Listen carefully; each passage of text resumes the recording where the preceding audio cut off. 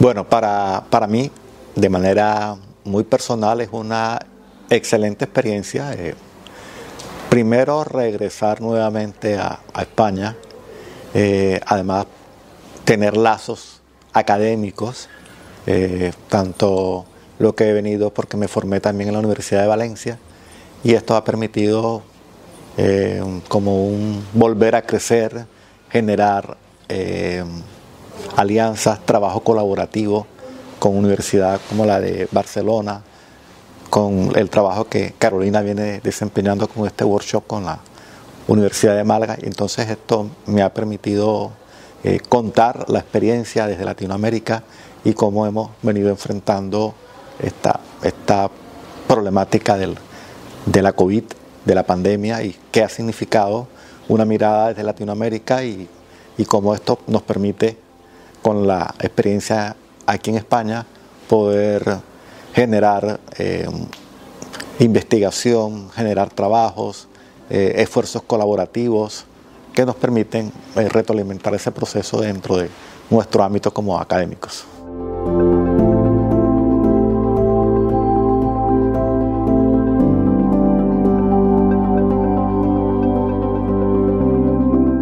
Es una situación un poco compleja, digamos. Lo voy a enfocar al contexto colombiano,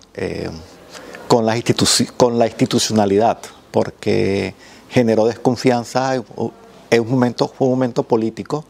entre un gobierno y la mirada del gobierno siguiente, que estaba dentro del mismo gobierno haciendo todo el proceso de crítica. Entonces, realmente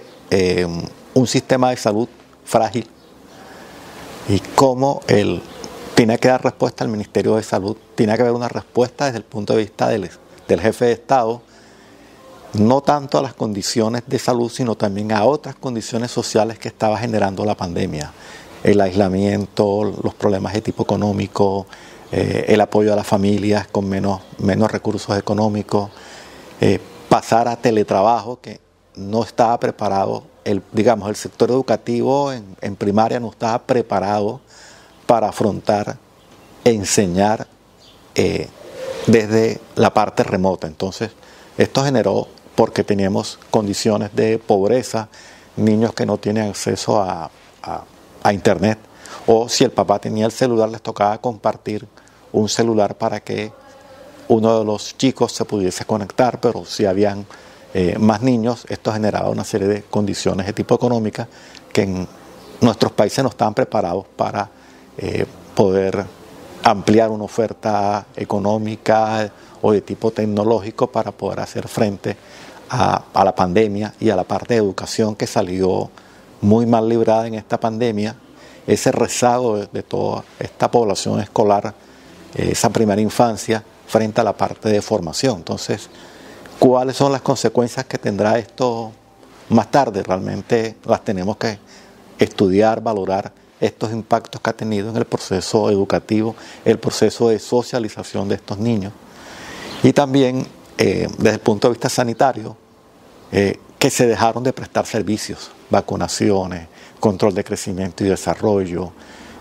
programas para adolescentes, programas para enfermos crónicos. Entonces todo esto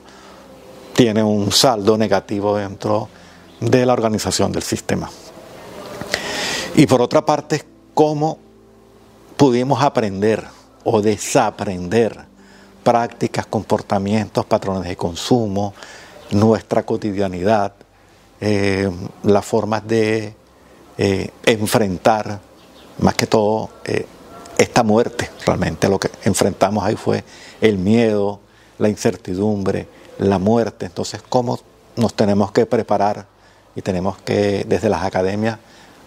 visionar o formar o transformar esa forma de enseñanza frente a nuevas pandemias que se nos pueden presentar, y cómo podemos aportar como una mirada un cambio en este paradigma de formación y de aprendizaje con esta pandemia.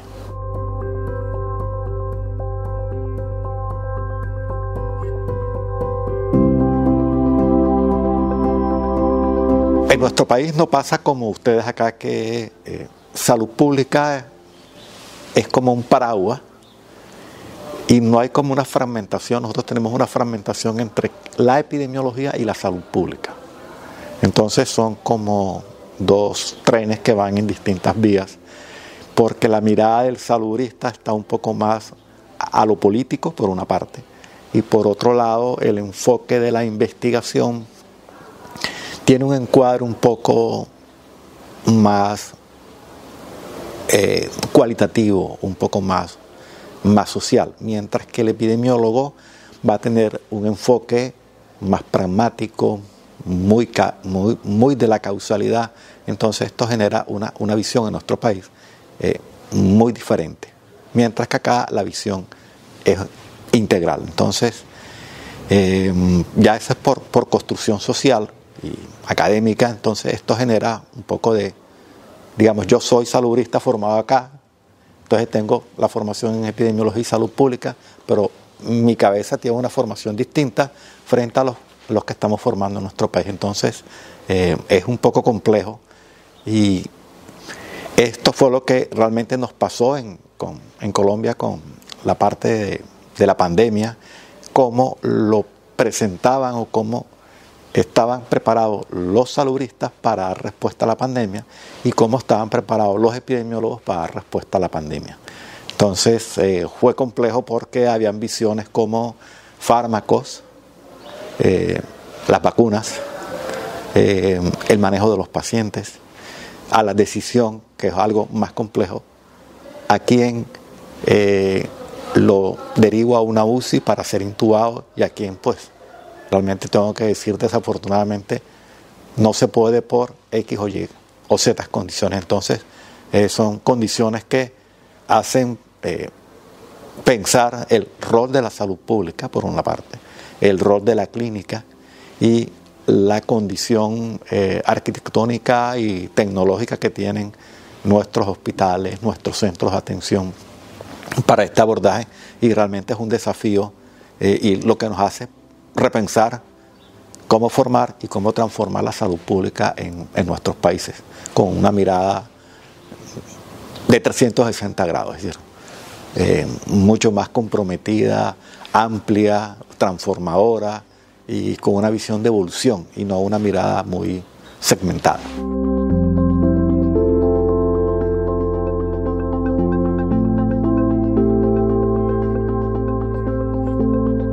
Podría decir sí en algunos aspectos, digamos. La parte de vacunación realmente se dio una respuesta positiva, se alcanzó, pero esto hay que verlo con ciertas pinzas, se alcanzó niveles de cobertura adecuados en ciertos territorios, pero en otros territorios quedó un poco más rezagada esta oferta, digamos. Territorios vulnerables, condiciones muy dispersos o comunidades indígenas, ahí el fenómeno de la vacunación tiene una connotación completamente distinta. Pero en las grandes ciudades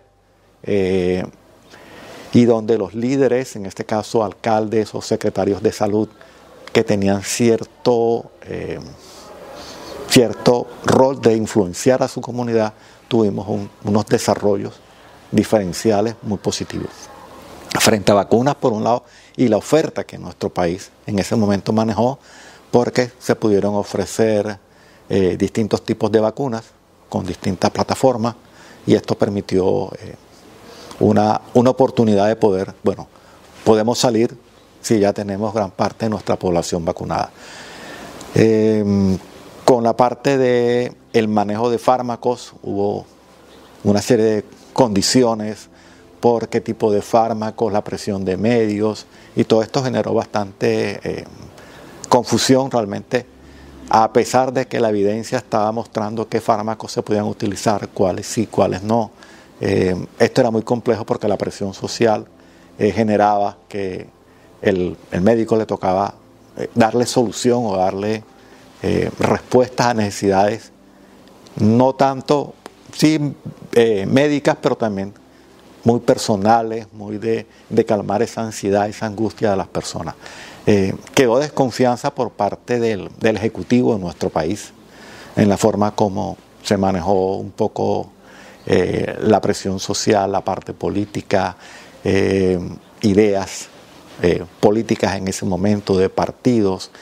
posturas. Entonces esto fue bastante complejo, ese manejo. Y por otro lado, cómo tenía que el país seguir avanzando, porque había que seguir trabajando en los campos, había que generar movilización de carga, ventas de productos. Entonces,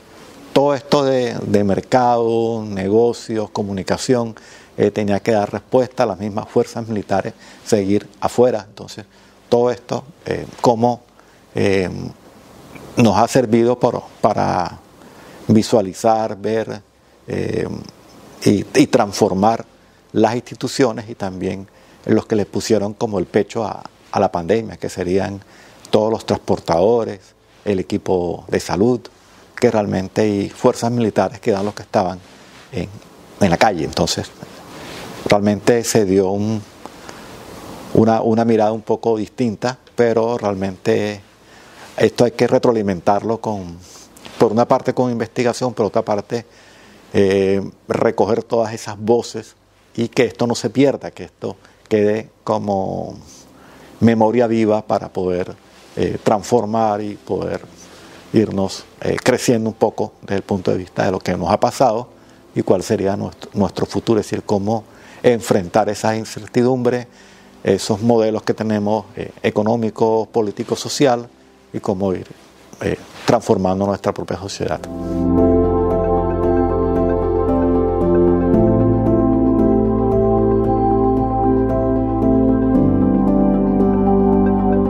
En la enseñanza tengo la experiencia, una película que se llama Contagio. Esta película me permitió a mí transformar un poco el escenario de la formación de los estudiantes, tanto de áreas médicas o clínicas y áreas no de salud, porque permite hacer como una reflexión. Si bien hay algunos aspectos dentro de la película que se pueden escapar de un poco de la realidad, pero sí el manejo de enfrentarse, por un lado, a una incertidumbre, enfrentarse ante la muerte, enfrentarse hacia la comunicación, qué hacen los países, qué hacen desde el punto de vista, está muy bien presentado, es qué hacen organismos internacionales como la Organización Mundial de la Salud, qué hace el CDC de Atlanta en los Estados Unidos, cómo se interconectan la Organización Mundial de la Salud con Europa, acá Ginebra, y cómo también aparece visualizado a China dentro de todo este escenario, y toda la complejidad de una transmisión que se hace viral, que afecta a todos, no hay distingo ni de clase social ni de país, sino que todos quedamos expuestos, quedamos involucrados, y nos hace reaccionar cómo los políticos quieren minimizar la situación, cómo de pronto los medios se pueden aprovechar para generar una serie de especulaciones, cómo la industria puede salir favorecida o desfavorecida, o cómo maneja esas redes dentro de toda esta comunicación, cómo la ciencia se desarrolla o le toca a pasos agigantados desarrollar cosas, y es el excelente escenario de poder ver una situación real como fue la pandemia frente a la película. Entonces, qué cosas, qué similitudes hay, qué enseñanza nos deja, y cómo pensar y reflexionar frente a la comunicación de riesgos. Es decir, queda como una tarea para la academia decir, esto es lo que pasa, esto fue lo que pasó en la vida real, y cómo esta película te permite a ti reflexionar frente a aspectos de comunicación, de ética, la parte de lo global, porque a veces no lo visualizamos, cómo lo global está impactando en todo esto de medios, comunicación, recursos, etcétera.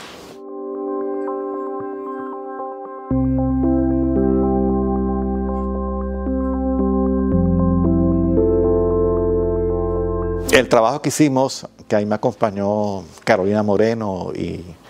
Nuria Rodríguez de la Universidad de Valencia, demostramos que esta herramienta nos sirve, digamos, el uso de películas nos sirve porque nos permite poner en contacto, por un lado, imágenes, sentimientos, emociones, sonidos, y esto es como un laboratorio pedagógico de la película, cómo va a servirte como una estrategia de aprendizaje.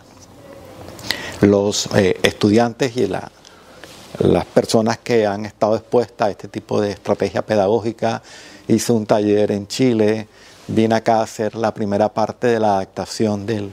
este modelo pedagógico en el aula, en la Universidad de Barcelona, y luego ya la aplicación de esto en la Universidad del Norte en Barranquilla, y permitió, con publicaciones que hicimos durante este proceso de mi formación doctoral, poder mostrar cómo este tipo de películas permite abordajes y más que todo de temas complejos. Por un lado la parte de comunicación, por otro lado la parte de ética, por otro lado la parte de la salud pública, la epidemiología, y cómo una serie de conceptos de transmisión, contagio, estimar tasas, conocer todos estos elementos que están involucrados dentro de qué es una epidemia, qué es una pandemia. Entonces, cómo todos estos elementos se pueden articular y permite que el estudiante lo pueda aprender de manera más agradable y de pronto un poco más ágil, que aquello que da uno en teoría lo puede ver plasmado